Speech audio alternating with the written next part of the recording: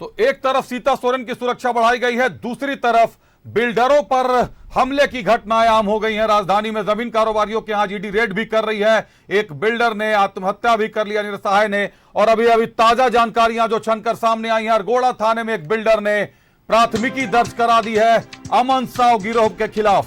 अमन साव पर 5 करोड़ रंगदारी की मांग का आरोप है।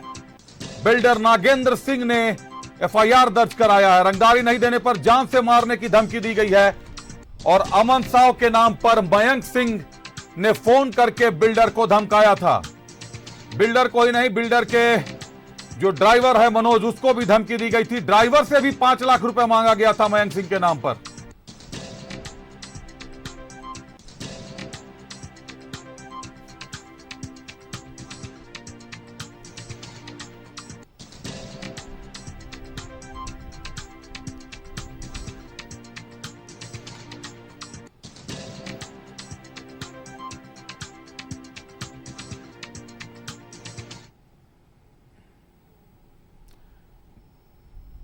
तो राजधानी में ध्वस्त हो चुका रंगदारी का नेटवर्क एक बार फिर सक्रिय होने लगा है।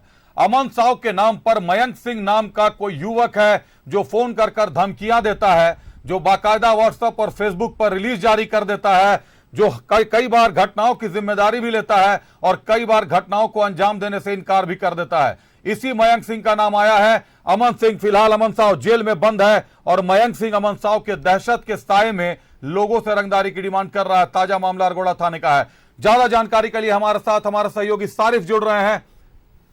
सारिफ, राजधानी में एक बार फिर रंगदारी का नेटवर्क एक्टिव हो गया है। कई वर्षों पहले जिसको ध्वस्त बताया जा रहा था, एक बार फिर रंगदारी का नेटवर्क एक्टिव है। अमन साव के नाम पर बिल्डर नागेंद्र सिंह से रंगदारी मांगी है।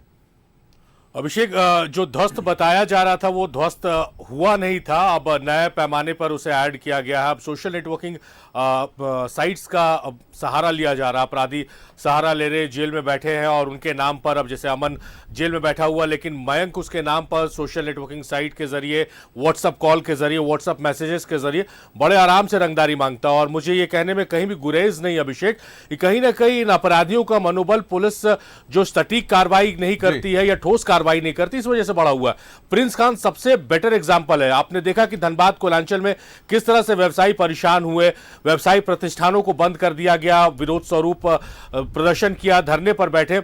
अमन साव कहीं बैठा हुआ मिडिल ईस्ट में और वहां से वीडियो जारी कर अपराधियों को, व्यवसायी जो है उनसे रंगदारी की मांग करता है। ठीक वही चलन जो बड़े बड़े नाम हो गए, सो कॉल्ड जो तथाकथित बड़े बड़े नाम हो गए।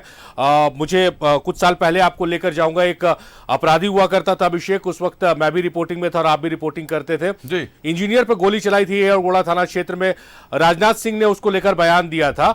एक घटना को अंजाम देने के बाद, मैं उस अपराधी का नाम भूल रहा हूं, हालांकि उसे पुलिस ने गिरफ्तार बाद में किया था, कोई गुप्ता हुआ करता था मुझे जहां तक याद है, बरियातू में रहने वाला।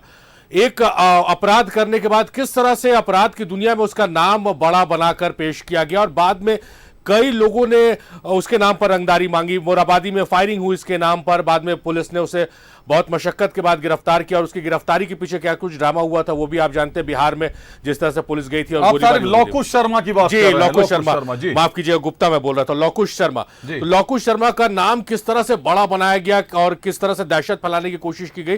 और जब पुलिस ने उसे पकड़ा और उसे जब खंगाला उसके अंदर किया, उसके अंदर है क्या, तो बहुत खोखला सा एक इंसान, मामूली सा एक इंसान निकला।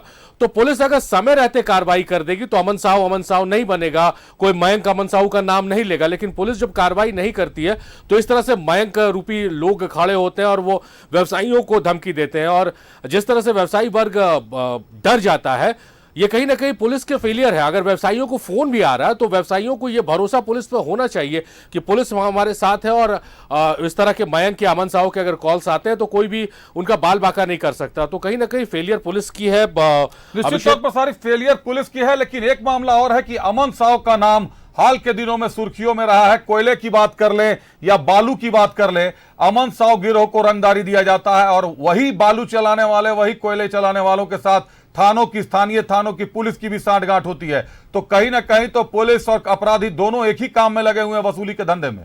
जाहिर तौर पर इससे इनकार नहीं किया जा सकता अभिषेक। जो हम बात कह रहे हैं कि लगातार पुलिस कार्रवाई नहीं कर रही है और बहुत ऐसे बालू का जो अवैध खनन हो, कोयले के अवैध तस्करी हो, इसमें लोकल थाने की संलिप्तता के बिना एक ढेला पार नहीं हो सकता, एक पत्थर पार नहीं हो सकता, एक मुट्ठी बालू पार नहीं हो सकती है।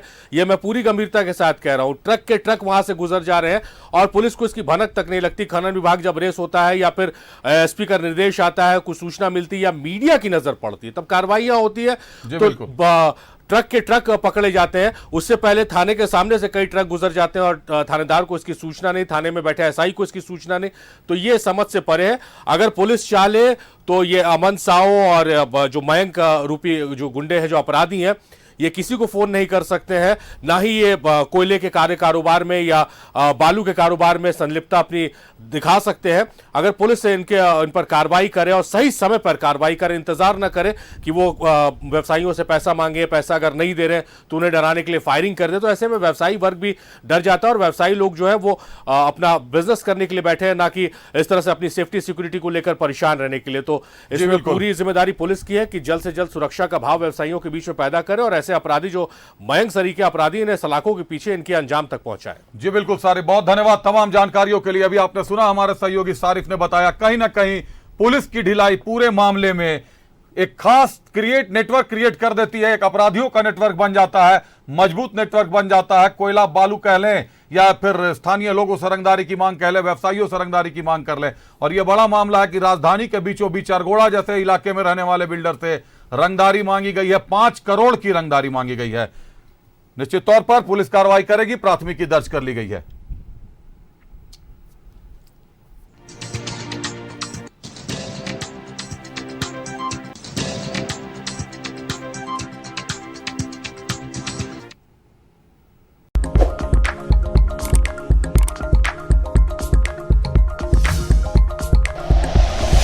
Like and share videos, subscribe करें हमारा चैनल और प्रेस करें बेल आइकॉन।